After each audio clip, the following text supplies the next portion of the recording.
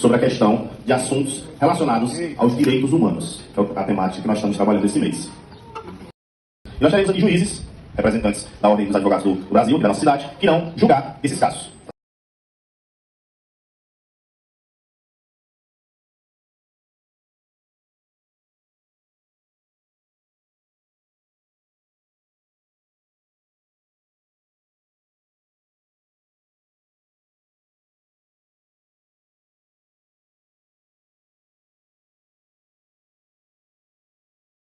A gente chama a primeira testemunha, que é o irmão da vítima, o nosso querido Sérgio Eduardo. Vossa Excelência, Lucas era a pessoa que eu mais amava. Perder ele dói demais. Saber que ele não vai voltar me dói. Me dói muito. Eu e minha família esperamos horas, mas ninguém apareceu. Senhor, eu só peço justiça pela morte do meu irmão. Se um hospital que não salva vidas, torna um cemitério. Meritíssimo, diretor Kevin, e todos os presentes aqui e agora. Contextualizando, havíamos chegado no hospital com o Lucas estava evidentemente mal. Após isso, fizemos a classificação de risco, de urgência, atendimento de até no máximo 30 minutos. Fomos para a sala de espera. Fui falar com a atendente e a nos alegou que o hospital estava lotado. Falou de forma fria, como se uma vida não tivesse se esvaído diante dela. Após isso, se passou uma hora. Nessa uma hora, Lucas vomitou 3 vezes. Suou intensamente, passou mal, desmaiou e nada foi feito. E demorou tanto que quando finalmente chegou, Lucas já havia morrido, vítima do rompimento da apêndice. Vossa Excelência, então, no momento em que eu estava no hospital, havia 5 leitos em que os pacientes não estavam com risco de vida e que 2 deles ainda iam receber alta naquela noite, só estavam esperando o soro acabar. E podiam desocupar o leito e transferir Lucas para um deles, para que o atendimento dele fosse certo e que ele conseguisse melhorar. Era só isso. Obrigado. Vossa Excelência, no dia 03 de julho, eu sofri um acidente de moto. Ao chegar no hospital, eu encontrei pelo corredor com o Lucas. E eu fui atendido imediatamente, bateram raio-x, limparam minhas secreções, e 1h30 depois eu fui encaminhado para Picos, para realizar a cirurgia do meu braço. Ao passar pelo mesmo corredor, eu encontrei com o Lucas no mesmo local, em um estado extremamente pior do que ele estava. Acabamos de ouvir o pai dessa criança é de cortar o coração. Não é preciso ser jurista para saber que houve uma tragédia evitável. É preciso ser humano. Essa criança, esse adolescente, vomitou 3 vezes na frente da atendente. Ele ficou pálido, ele falou com a voz fraca que estava sentindo dores insuportáveis. E a atendente voltou a mexer no celular. Isso não é apenas uma falta de respeito com a vida. Isso é um crime. É um crime moral e profissional. É falta de humanidade. É falta de alma. E eu pergunto, aonde estava o diretor do hospital? Aonde estava o diretor para que pudesse garantir que a sua equipe soubesse agir diante de uma emergência tão clara? Ele sabia que a superlotação no hospital era rotina.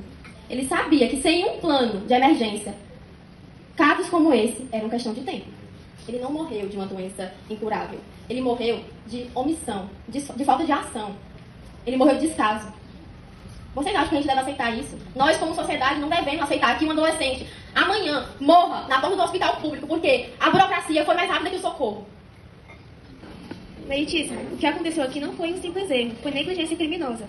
Primeiro, a atendente tratou o caso com frieza e descaso, mesmo diante de um jovem em desespero. De acordo com o artigo 196, que garante a saúde como direito de todos, esse artigo foi violado.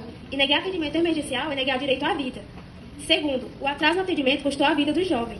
O artigo 227 da Constituição é claro, a proteção à vida e à saúde de crianças e adolescentes deve ter prioridade absoluta.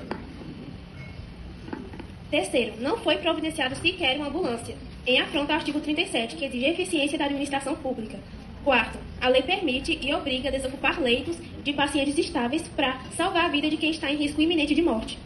E isso não foi feito. Portanto, não há como negar, houve negligência criminosa. A omissão do hospital custou a vida do jovem e destruiu a esperança dessa família. Eu pergunto então à defesa, como justificar, à luz do artigo 196 da Constituição, que garante a saúde como direito de todos, a recusa de atendimento emergencial que custa... Já que não havia leitos, nossa equipe estava reduzida e nós já estávamos ocupados com outros pacientes. Além de que E o nosso supervisor ele está por si para tentar atender todos os pacientes para que acontece esse tipo de superlotamento, o que tem sido bem recorrente. E, infelizmente, o Lucas ele foi vítima de um erro da gestão anterior, que o outro supervisor, antes de Kevin, ele não financiou os leitos e acabou ocorrendo esses... Bom dia, meritíssimo.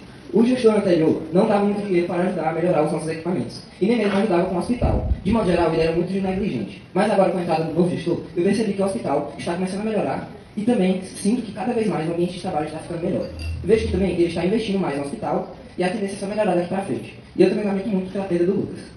Senhor Meritíssimo, trabalho nesse hospital desde 2015, e eu sempre exerci minha função com ética e responsabilidade. Nessa situação, a gente estava passando por um momento de superlotação, o que levava a leitos cheios com a sua capacidade máxima, pacientes esperando no corredor por atendimento e profissionais que não tinham o poder de atender esse tanto de pessoas com a demanda. Além disso, a gente estava sofrendo, passando por um grave escassez, que vinha a falta de equipamentos, o que limitava ainda mais o atendimento dos pacientes. Eu mesma acumulava muitas horas de trabalho seguidas, refletindo também na sobrecarga da equipe. Lamento profundamente pela perda da vida, foi uma dor para todos nós, mas é importante reconhecer que atuávamos em um cenário totalmente adverso, onde a estrutura disponível não respondia com a gravidade da situação. Muito obrigada. Excelentíssimo juiz, senhoras e senhores, bom, antes de qualquer palavra, eu queria lamentar muito a morte do jovem Lucas, e é uma dor que certamente nenhuma família deveria passar, e como médico e ser humano, eu lamento muito. Eu quero deixar claro que naquela noite, eu e toda a equipe demos o nosso máximo diante das condições que tínhamos. A emergência estava lotada, os leitos não estavam disponíveis e, para agravar a situação, 2 de nossos profissionais haviam testado positivo para o Covid-19, o que reduziu ainda mais a nossa força de trabalho. A médica Tiziane trabalhou incansavelmente, atendendo pacientes em sequência, sem sequer ter tempo para descanso. O enfermeiro Juan, ao lado de Christian, se desdobrava para garantir que todos recebessem algum tipo de cuidado. E, mesmo em meio ao caos, eu vi de perto pessoas de cada um de vocês. Foi um colapso de um sistema já fragilizado que, infelizmente, tirou a vida de um jovem inocente. Mas, peço que entendam, não foi por falta de dedicação, zelo ou humanidade. Também sofro com isso. Como diretor, sinto-me impotente diante da dor da família. Se houvesse mais recursos e estrutura, talvez o desfecho fosse diferente. Obrigado. Bom dia, excelentíssimos senhores juízes. Lamento muito pela morte do Lucas. Venho aqui, na qualidade de advogado do meu cliente, apresentar a defesa diante da acusação que envolve a morte do paciente enquanto aguardava o atendimento. Antes de qualquer análise jurídica, é necessário expressar nosso profundo lamento pela perda do paciente e manifestar solidariedade à família nesse momento de dor. A morte de qualquer ser humano é sempre uma tragédia, e todos no hospital compartilham desse sentimento de tristeza. O meu cliente sempre se dedicou com extrema responsabilidade à administração da instituição. Ele investiu em recursos próprios, modernizou equipamentos e ampliou o quadro de profissionais, buscando oferecer atendimento digno e eficiente à população. O hospital, sob sua gestão, tornou-se referência de cuidado e humanização, mesmo diante de situações de alta demanda, como o que ocorreu no dia em questão. É importante destacar que, no momento do atendimento, o hospital estava completamente lotado. Essa situação é comum em instituições médicas, não configura negligência ou falha do proprietário da equipe. Para responsabilizar alguém, seria necessário provar que ocorreu ou culpa direta, como prevê o Código Civil nos artigos 136, 997 e 951, o que não ocorreu. Excelentíssimo juiz do tribunal, eu venho primeiramente lamentar profundamente a morte do Lucas. É uma tragédia que aconteceu com ele. Infelizmente isso não deve acontecer com ninguém, mas a tragédia do Lucas não pode ser concluída com culpa individual.